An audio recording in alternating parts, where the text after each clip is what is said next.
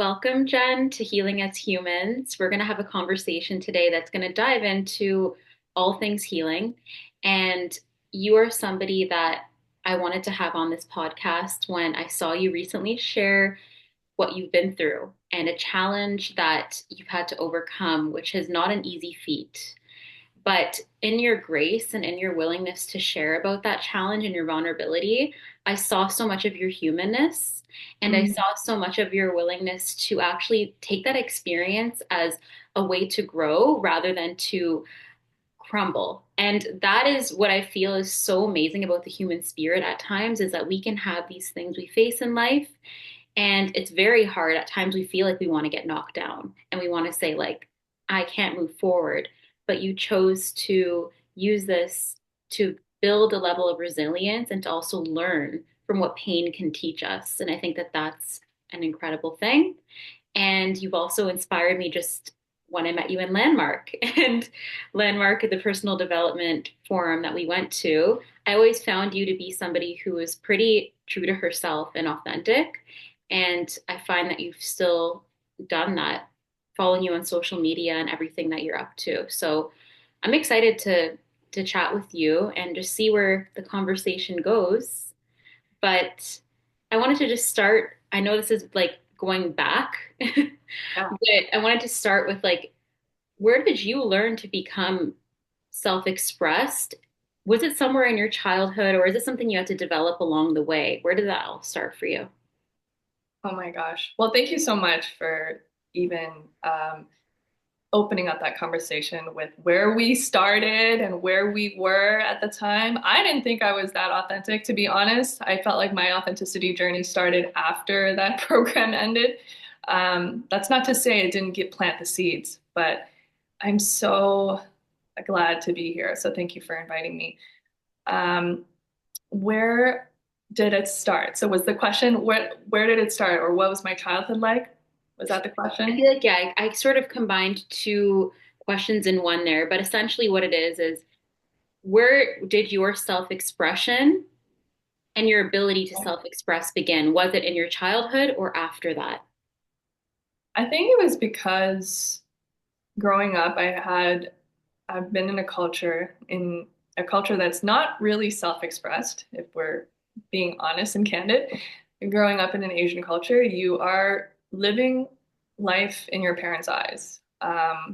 And that's a story for a lot of people in the Asian culture. And I come with first generation immigrants, like we moved a lot. And on top of that, we went through a divorce, which was quite taboo even in our culture. So that was kept under secret. If you can imagine, showing up at a family function, pretending like your family is still together, um, was was difficult. So my self-expression was definitely suppressed. Um, and because of that, actually, I wouldn't say it's because of that, but it definitely provided me a deeper way to understand the world because it made me want to investigate the humanity behind my parents' decisions, unconsciously or conscious decisions that didn't make them feel vulnerable or authentic enough to let people know that they weren't together, um, and the pain that they would hold inside and the shame that they couldn't share. And so, because of that, I grew up, you know, unexpressed, uh, and it expressed itself in other ways. Because when you don't have self-expression, it comes out in unhealthy ways. Started doing cannabis very young, like in high school. And then I didn't go into drinking, but I was a cannabis user up until 2020, Hmm. like recent, actually up until 2024 of this past year. Wow. That's how, yeah, that's how it affected my ability to cope with not being able to be self-expressed in my own family or in my own household. And then, yeah, and also like what a weird thing was that I wanted to be respected. So I signed up for all the STEM courses because all my brothers and all my cousins were going into STEM and my dad's a doctor and I wanted to be among people who were well respected. But deep down, I was truly, thoroughly an artist. Mm, And it was so hard for me to embrace that part of me. wow. That's what a story because there's so much polarity in there between what was so true to your heart and what your experience in your household showed up as the greatest polarity to the obstacle between you and your self-expression. And so where did you go from there? Because, being in that environment and then also feeling like a human need of ours is to belong. I'm sure to belong in your family, you had to suppress that part of self, the artist part. When did you feel safe enough to allow that part to be expressed? And I know you like to express that in many different ways, and dance is one of them. When did that actually start for you, like coming from a family that had a certain mold? I think this might be,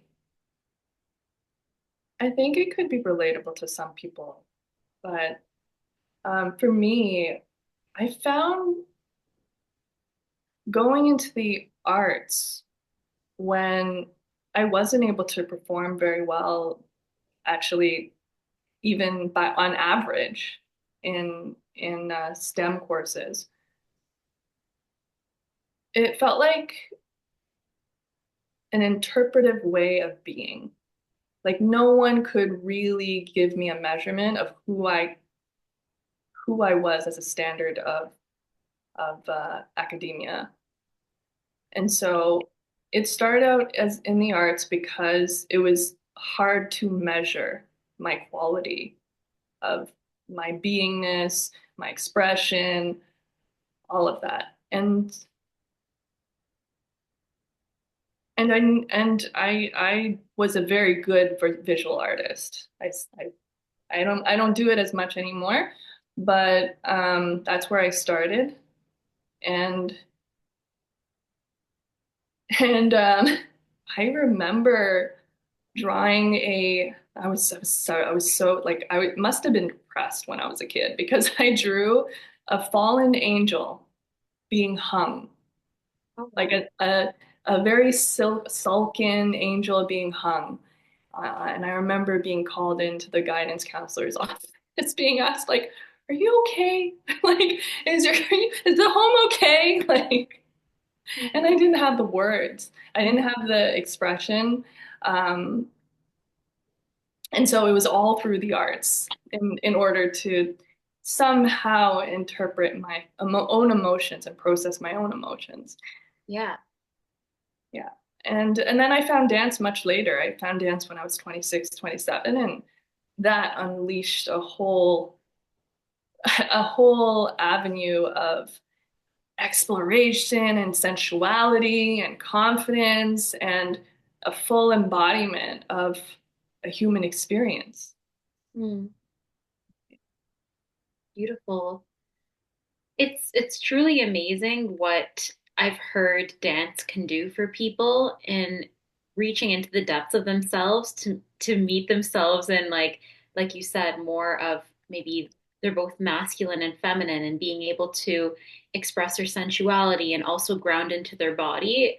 And anytime I've just been dancing and I find myself like in a place where I can actually dance and express, I feel like it's one of the most primal things we can do as humans is to actually just move our body in a free flowing way and allow for some process that's within to come out externally. And I love it. I love it so much. And I want you to talk to me a little bit about um, how dance has deepened the relationship with yourself. Mm, what a powerful question. Even the way it's framed is you're asking about the relationship it has on us Hmm. versus it as a performative art that I think most people just think about. Um, yeah, it's so transformative because embodiment is a new word that's come to the mainstream, and Mhm. it's only starting to come into the language of our culture today. But it's been a practice that's been used for thousands of years to be able to bring the entire human experience into the body. Mhm. And what that is, like what that really means is whatever practice we believe in, it is integrated, right? Without even thinking, it's expressed through the body. And, you know, monks do that. They have a natural embodiment of their practice. Yeah. And then you can look at tennis players, and then you can look at dancers, and then you can let's look at all these different athletes. They're embodying a practice that's like already written and practiced over and over and over to the point where they don't even think about it. Mm. So, how does that change your relationship with yourself? I mean, you're just at probing the question of consciousness now. True. I know that one goes deep for sure, but yeah, I guess you're right. Embodiment's a newer term that's come forth, and it's something that I've tried to, I guess, learn about and integrate more into my life is how can I be embodied in the highest version of myself that I see and who I want to be in this world in a way where it's like you said, you don't even have to think about it. It just emits as who you are. It's your own core true essence. And would you say then, like with dance and with your own self-expression, you do embody this truer version of yourself when you're able to be in dance, like when you're able to be in flow and not have to think per se? 1000%, 1000%. Yes. Yes. Okay. Yeah, Yeah. that's Because awesome. here today, like when we're on our phones and everything, we're actually more often trying to escape our Yeah. body, let's be honest. Yeah. And so like the practice is being able to accept these extensions of ourself and our consciousness. I raised it not in a way like to be joking. It really not in a way to be lighthearted. It really is for me like such a powerful way to feel connected with um, the ethereal states. And for a lot of people, it's hard to grasp. I get it. I've often been someone who is more rational. And I also believe that it's such a powerful way to connect with all of these synapses that we don't actually consider. And we do harness a new way of connecting with people because what is connection? Hmm. What is connection? Right? Dancers connect in a whole other level using their entire body without even saying a single word. Oh my gosh, it's powerful. I know when you put it like that, it's like that's incredibly powerful. It's one of the most incredible ways to connect. Alexia, I meet people from all over the world. I don't talk to them once. Hmm. Sometimes they ask me, "Do you want to dance?" And that's the only words that are ever exchanged. And we communicate just through our body, and that's it. Like we move and spend hours across the floor, and there's no words exchanged. And sometimes we don't even say anything afterwards. We just leave it on the floor. God, that's a beautiful aspect of the human experience. It's dance is an unspoken language, right? It doesn't, nothing needs to be said per se, but when you get into that state of flowing with somebody, it's like the beauty just starts to unravel. And yeah, when I've watched your videos of you, even the ones that you've posted in the past of you being in that flow and that dancing state with someone else, the best way to describe it is it looks like flow. Like it just looks like you guys are flowing like water in such a way where there's no thought, it's just movement and it's feeling and it's expressive and I love it so much and it's definitely inspired me. Um and yeah, I love that that's something that you've taken on in your life to truly connect more to your consciousness and to something greater. I think it's beautiful. But on that note, I feel I want to segue a little bit because movement is obviously a big part of your life. And Mhm. recently you went through an injury where you couldn't move for quite a while. And if you feel open to sharing, like, can you talk about how that went for you after being so used to using your body to express to then having to take a pause and a step back from that? Oh, thanks for giving me the space to share this. Such a very vulnerable spot for me in my heart because as a dancer to lose control of my entire body was, I don't know, probably the second worst nightmare I could ever face. Um, and my first one being, paralysis maybe. But it it was a dark place for the first 2 months, I would say. Um, I had a disc bulge from taking my own personal guidance, like self-guided way to fix a curvature in my spine. Upon no one's advice, I just put this on my own. And I injured myself. And yeah, I ended up going to the ER. And I've never ever in my life experienced that much pain, physical pain in my, yeah, ever. And not only that, the pain kept me in my bed for a long time. Like I was like for 2 months, I feared getting out of bed. Like I was scared to leave my bed because that's how painful it was to leave. And even in my healing process, sitting became a problem. Even though it was so high up in my spine, the pressure made it worse. So it was a big challenge. It was a dark place to begin with. Um, and I seriously thought like, oh my God, like is this going to affect my dance? Like my whole life is dance. I want to do dance for the rest of my life. I said that from the moment I discovered it. Um, yeah. Wow. Thank you for vulnerably sharing that. I can only imagine what a true test and hardship that was going from, you know, most like a big part of your mobility to very limited mobility. Mhm. Um, and then having those questions internally of like, will things get back to normal? Will I be able to move my body the same way? And all that inner dialogue that probably happens in the midst of that. Jen, thank you for, yeah, just being honest about what that must have been like. And my heart is with you on that. And I'm hoping that you are still in the healing process of getting back to your full mobility. And how have you been doing with that? Like, what has the process been right now? Yeah, I am recovering well. Like I'm along the way. It's Good. been now 2.5 months, and it's been or close to yeah, close to 3 months now. But like within the last couple weeks, there was a little bit of a setback, but I I'm able to walk longer. I don't have to lie down as much.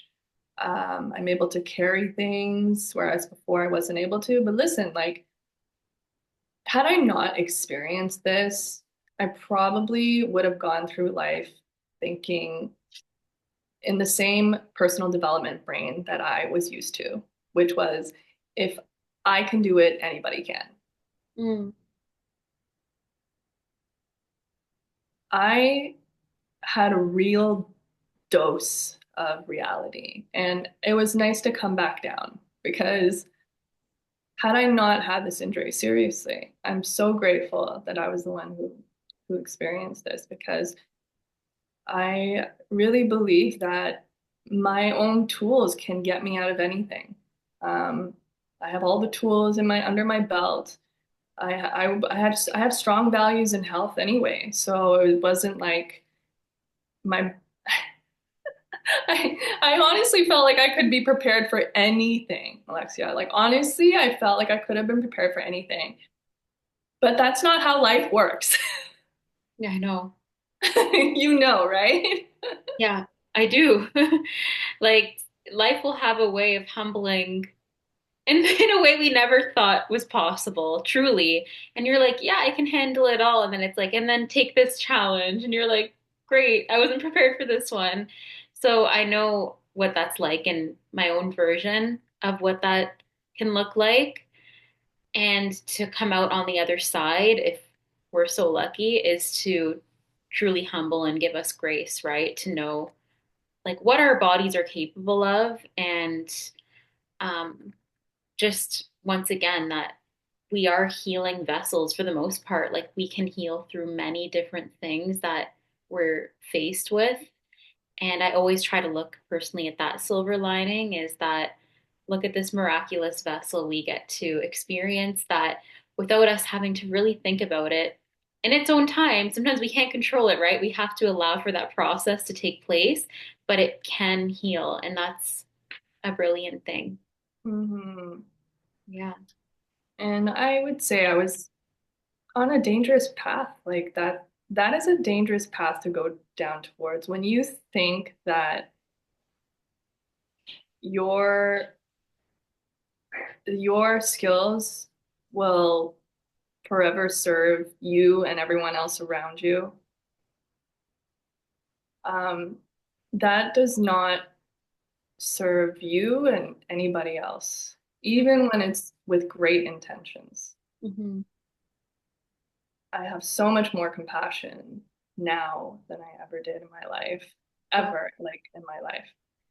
And also, I think I was so focused on like getting as much done, being as productive as I could be every day, whether that meant like foregoing meetings and days without seeing people or my family, whether that meant like not exercising, not taking care of myself. I think we've all been through this, and now it's such a, a return back to the little things, the incremental things that nobody else sees. And like I think when we're trapped in this digital age, all we think about is like how people see us and like what is visible versus the invisible transformations that are happening within us. So that's what you're talking about when you're talking about healing, Yeah, right? definitely. You put that so beautifully. What I was trying to articulate in such a special way. And I really feel that what you've gained from this is perspective on what's important in life truly, like what the little moments that we take for granted when we're so focused on the big picture, especially with this kind of society we live in, right? It can be very easy to get caught up in the productivity game where we feel our worth and our value is equated to how much we can be doing. Um, and it just sounds like in this experience, it was a hard stop. And you said it was a dangerous path, even. And so, I mean, sounds like as hard as it was a teacher in its own way. Absolutely. Mm-hmm. Yeah, I even projected myself to not dance for the whole year. I was like, what would life be like if I just lost it, you know? Mm. I lost it completely this year. Now, I can't say, I cannot say it would be easy for me to say I'll lose it forever. Yeah. Because I think I remember an Elon Musk interview where he was asked like, what if you don't reach Mars? Right? Like what if that dream never happens? And he was like, "Oh, I just won't ever give up. Like that I will never give up. Like, I'd have to be decapitated." And that's how I feel with dance. Like I like this was one of those things, and we all have this, but I have that's me with dance. I cannot, and I will do everything I can. Um, with that said, I'm taking really gentle ways to care for myself. And in the time that I have and I've been privileged with, can you believe it? It's a privilege for me to be in pain. Mm, wow. The time that I have right now is so, so vital for me and so intimate for me to be in touch with the intelligence that my body has. And it has always had that. It helped me dance before and it will help me dance again. Yeah, absolutely it will.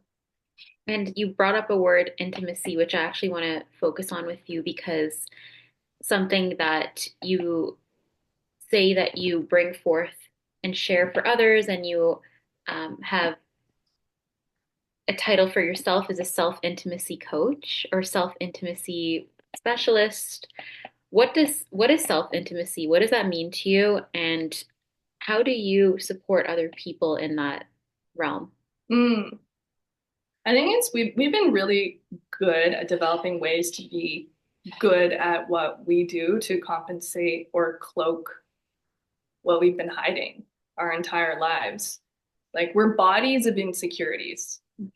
Like let's just be real, Yeah. right? We're bodies of insecurities and we're hiding certain things that have been told to us when we were children or things that we just don't want people to see, right? Like you don't want people to know that you are selfish, or you don't want people to know that you are dumb, or Mm-hmm. you don't want people to know that you're insecure. And all that does is that it focuses on what others think about you versus what we think about ourselves. Mm-hmm. And so that has been my purpose in going into self-intimacy in this specific um, framework that I've been developing. And I'm so excited to connect with people in this way because I've been a people pleaser, a notorious people pleaser to maintain friendships, to maintain all types of relationships. And self-intimacy is being able to live in the heart and not seek out that validation any longer because your heart is the place where we focus on ourselves. Yeah. What we think of ourselves is the most important thing because at the end of the day, how you think about yourself when you go to sleep at night is more important than what anyone else thinks. 100%. Yes. It's powerful. It truly is because to drop into the heart for so many can feel like such a foreign concept because I don't know if you can relate to this, but at least for me, I feel a lot of our life we're trained to come from the head and to be a lot about like strategy and thinking and identification with thought and what would it actually mean for us as human beings to let go of that identification with thought and coming from the head and drop into like the deepest part of ourselves, which does live, I feel, as well in the heart. And it's true, like if we could all be more intimate with ourselves in that profound way, how could we show up not only for other people, but for ourselves in a way that we truly Mm-hmm. feel like we're able to own all aspects and parts of ourselves? Like you said, we don't have to hide some things in the closet. We don't have to walk around masking, but like to just be with whatever is there. That's beautiful. And do you have specific tools or even one that you can share as like a practice that you feel has really helped you connect to your heart? Because I think that's a challenge for so many. And how would you get started in that, like connecting to that part of you, who you are? Mm, mm, mm. As a mover and as a dancer, I would say the number one thing that helps me connect with the heart that anybody can do, and it does take you buying into this because it requires you to, refer to a relationship with your pain. And and if you can close your eyes and sit with what pain you're locating in your body, and then also asking the pain, it, what it wants to express. Mm. Turn on some music. Some dark music is actually much akin to probably the pain wavelength and frequency that it's looking for. Side note. Um, and just allow your body to be moved by the pain and just let it it wants to. It so badly wants to. Wow. So what I'm hearing from you is almost getting into the habit too of just actually asking ourselves and our intelligence and our body what it wants. Because so often we don't even do that. We don't even tune in and say, like, what are my needs right now? What do I want? And I can see how that does create a relationship with your heart. Because so often, like, we're tuned into, like you said, our phone, the outer world, the sphere, but to actually go inward and say, like, what do I need right now in this moment? Or like, where am I blocked? Or where's there a pain? And how can I express that is a beautiful way to actually tend to yourself. I can totally see how that can make such a difference for people. Mm-hmm. Yeah, and when you develop that relationship with your body, then that allows your heart to heal. Yeah. That is the physical, actual physical relationship that you're creating with your heart. Yeah, absolutely. Yeah, you have some profound ways of sharing about your wisdom that I feel is really beautiful and thought out. And you can see that you truly like take the time before you speak to have it come from a place that's like grounded within. So I appreciate just your willingness to be so deep in how you share about things. And um, Oh yeah. my gosh, this takes practice, girl, because I didn't used to be like this. I used to be so much, and ask anybody like who knew me. I mean, you knew me back then. I was so much in my head. Mm. And even as I talk, I'm so focused on allowing space for my heart, allowing space to exist in my heart. Because the moment I feel tight is when I feel like I'm not in my body. I'm still in here. Hmm. So just like giving space in my heart has been one of the techniques I've been using, employing in my day-to-day basis as much as I can. Hmm. What if like that was taught in school? What do you think? How do you think kids would grow up, and how do you think society would evolve if we were taught to tune in and listen to our body and take moments to pause? Oh my gosh. I think they already do. Do they? I think so. I think that they lack what we have, which is the language facility to identify certain emotions. But I think as a way of being, I think they're very much in their heart, in their body. That's why they don't care when they just like make an outburst and they throw a tantrum and they just react because they react so quickly That's from their heart. Um, and then it takes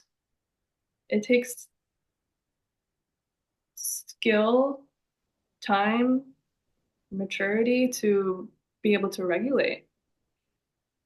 it does. Oftentimes, like I don't know if you can relate to this, but I'll think back to my inner child, like when I was younger and maybe in the most expressed aspect of my life. Like I remember I used to love like playing outside and we had a creek in the backyard and like running across like the creek and just being so connected to nature.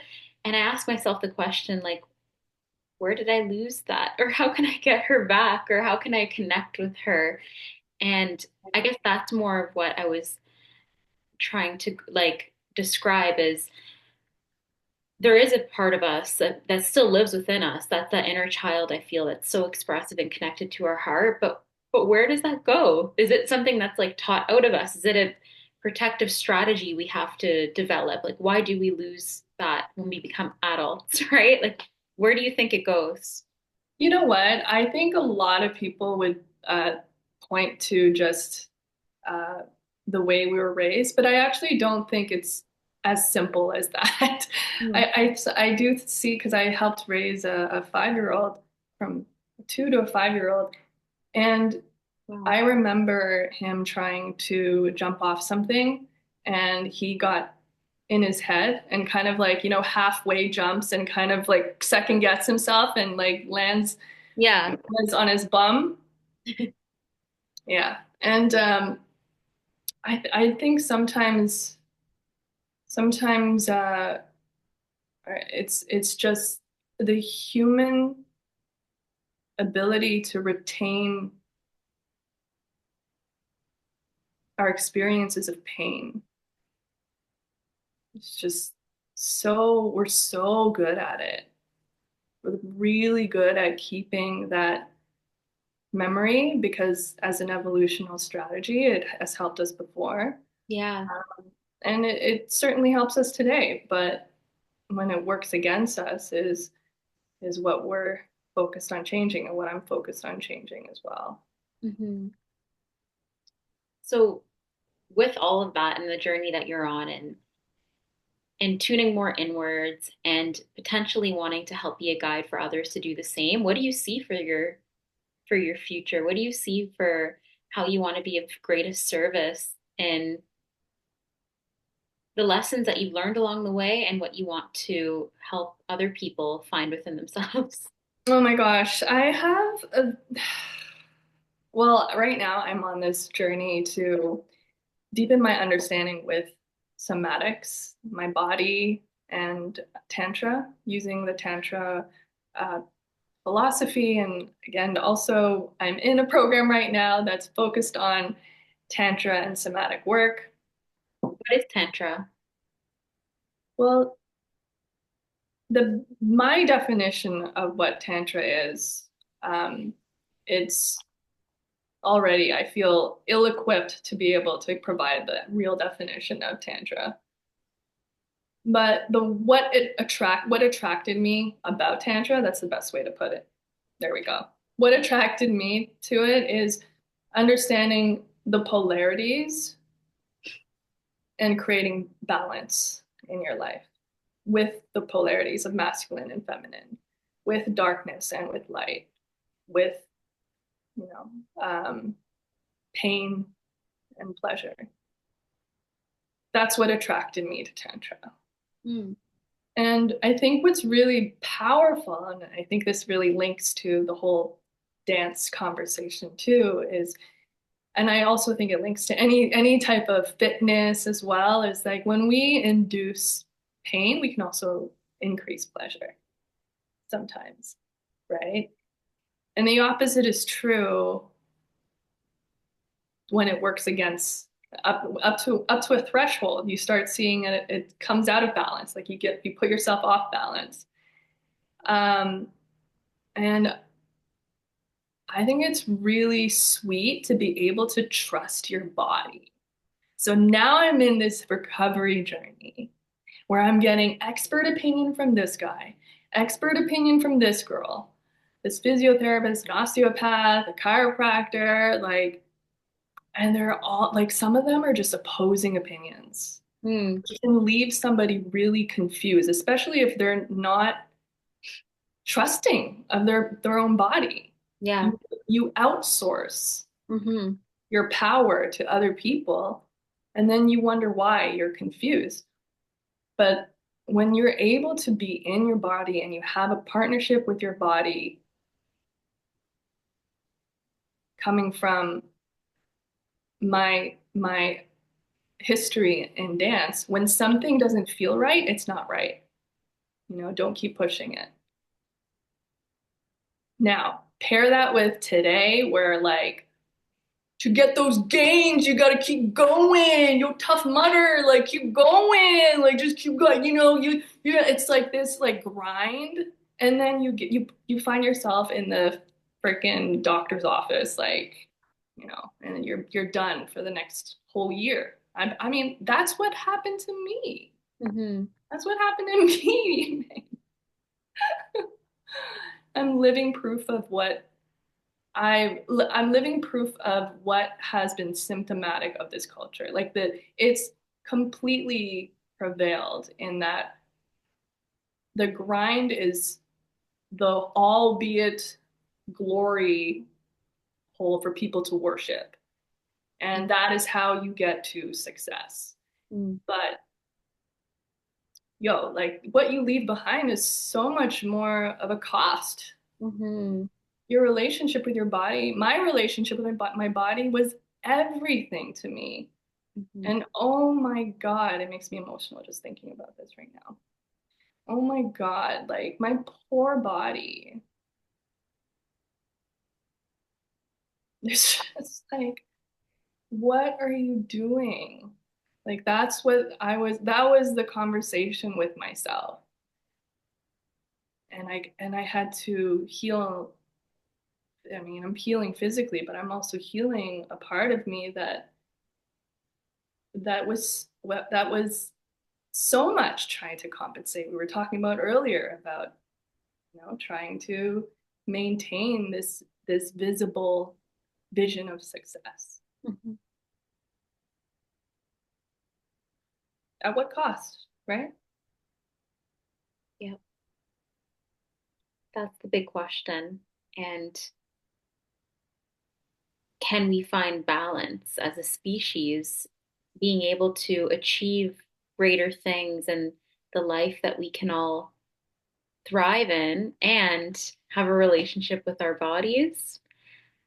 That's the big question. As of right now, it seems as though there's at least in my perspective, a battle between the two, which is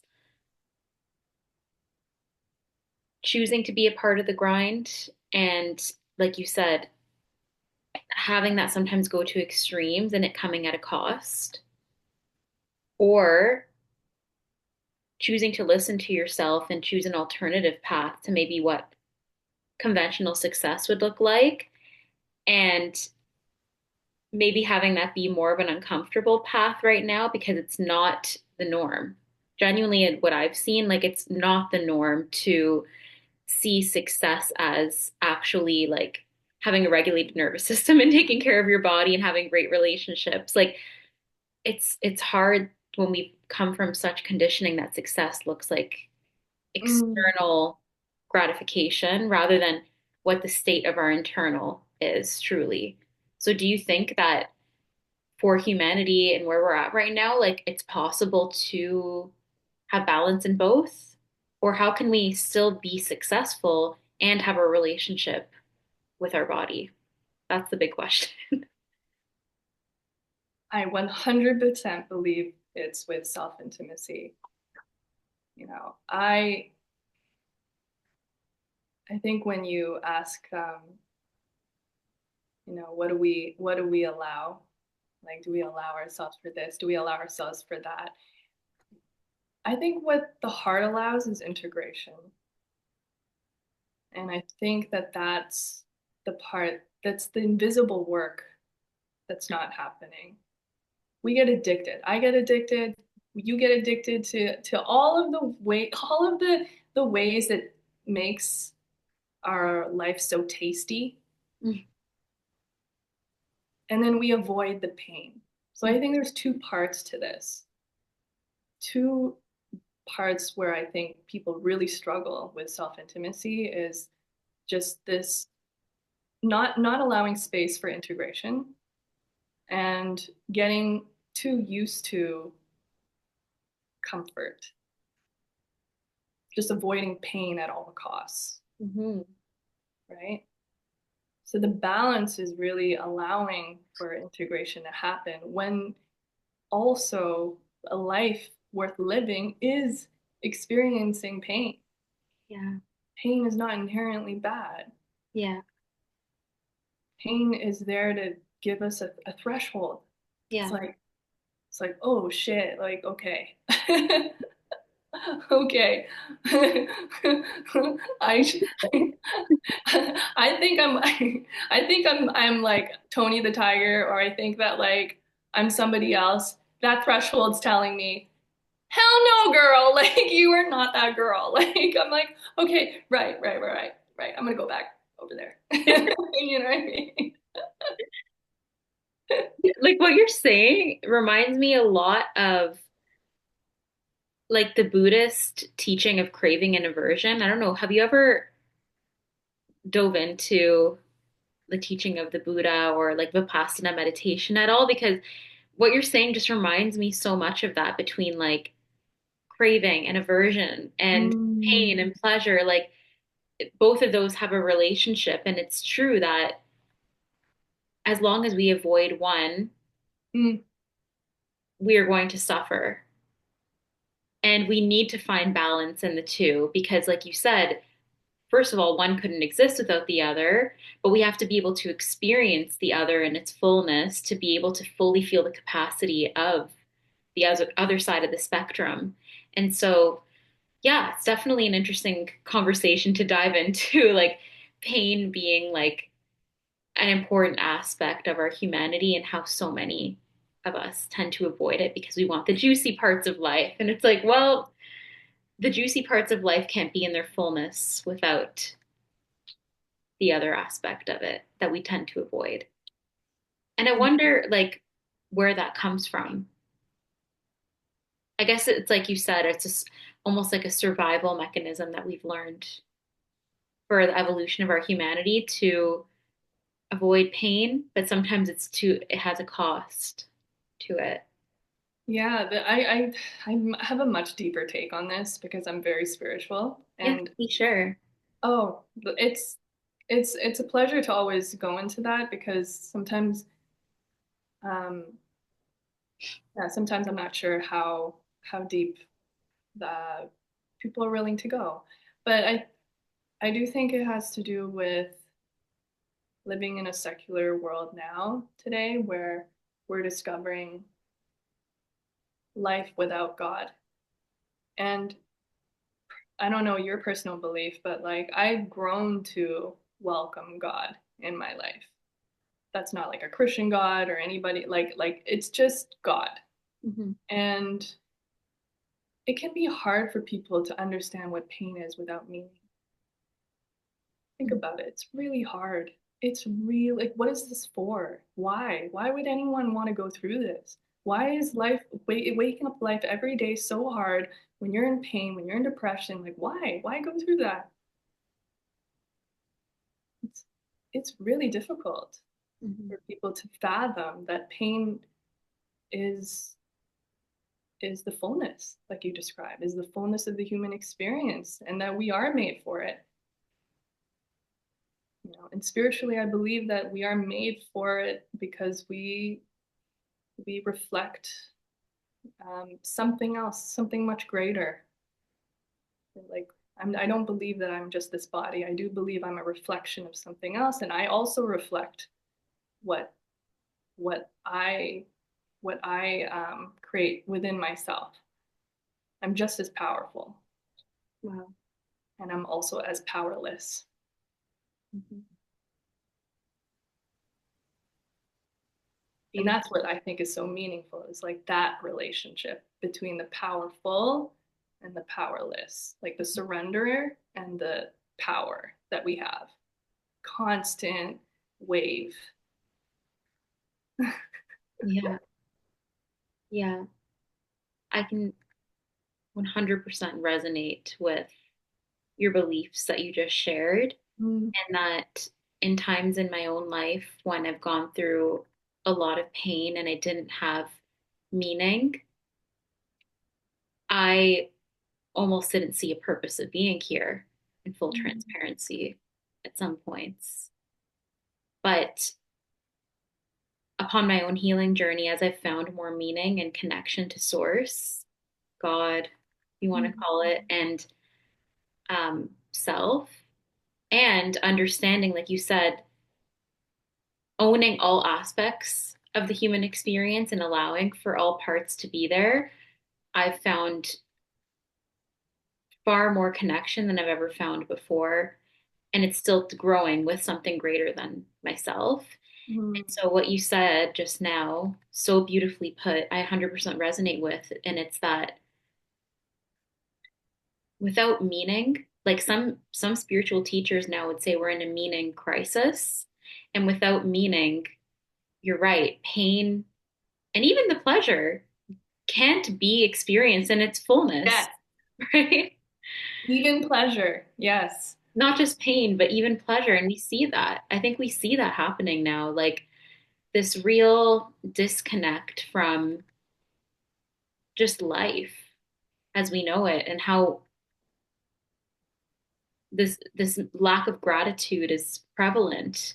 But it's only through sometimes those moments that you had to go through or I've been through where it's like you're truly tested that things fall into perspective. And I wonder why the human psyche works that way, where it's like we can just go about life thinking we're invincible, and then it's like not until we're hit by a wall that we really realize like how much meaning there truly is. But yeah, I just think this conversation, even for me, and hearing your perspective has opened up so much insight into like the relationship we have with those two worlds and with ourself and how everything is truly a teacher. I don't know. Sometimes I think we're on a school, like or this is Earth school, and we came here to learn.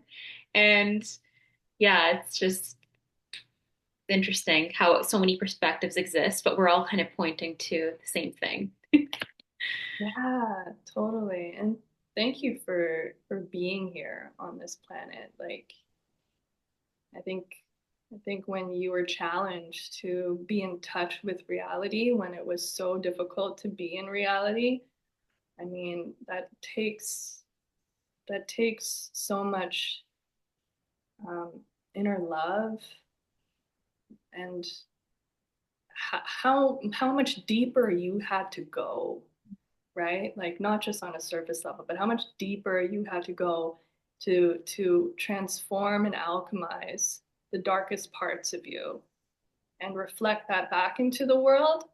I mean, it's just like it's so beautiful. It's like the world is beautiful because you've done that and you did that. Like you did that for everybody, you know? Thank you for saying that. That means a lot. And yeah, I just had this revelation the other day. Just like anybody who's here on this planet, like human beings truly are the most resilient species, people, and like I'm just so grateful to be a part of this experience and witness beautiful people like you, like so many others that I've seen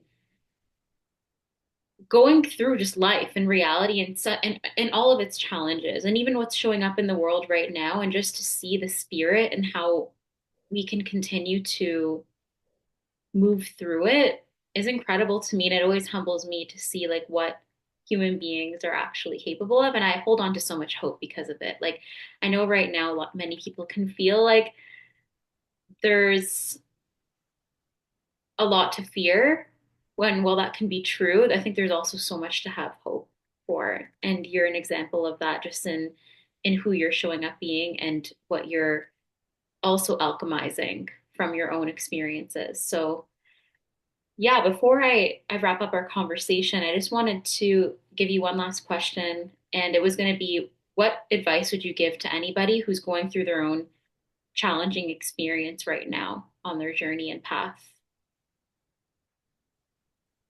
Mm.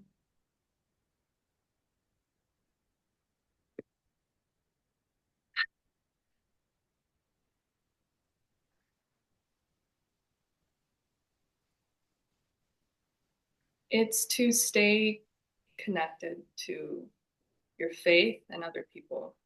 Don't ever give up on yourself or other people. It like um, you can be in your darkness and you can be in your pain, but don't ever feel like that you are not worth being among other people because you have a different experience. It's like if anything, you are so much more valuable because you have a different experience. What a loss for the world if you aren't able to share that with them.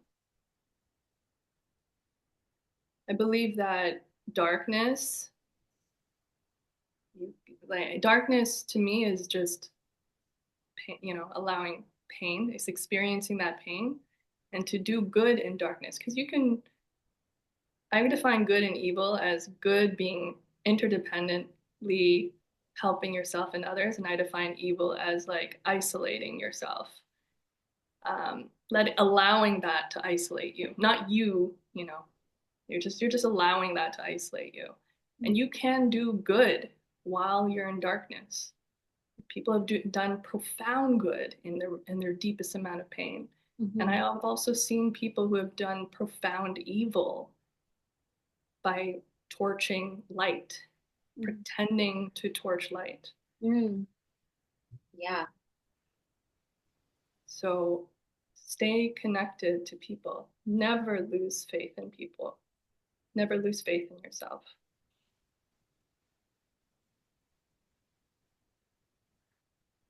Amazing. Thank you so much, Jen, for opening up your heart today with me, especially after us not connecting for quite a while. It's been, I know. we need to connect more often. And This was I, great. this was great. Thank you just so much for being vulnerable and open. And I learned a lot from your shares today. And I think that other people will too, just in listening to your open heart. And for people who might be listening to this, if they come across this video and want to connect further with you and what you're up to, where can they find you? Oh, they can find me at Generation with a J, L at the end. So Generation L. And I also run a podcast called Heart of Humans. You can find that on Spotify and all the other podcast stations. Amazing. I Okay. haven't updated in a while, but you can still find my content there. Yes. And it's beautiful content for sure. Mm. So much, Jen. And yeah, I'm really excited for people to hear this. Thank you for diving in with me. And I hope that you continue forth on your healing journey and get back to doing all the things that light up your soul. Me too. Amen. Thank you. Amen. Okay, I'm going to stop recording.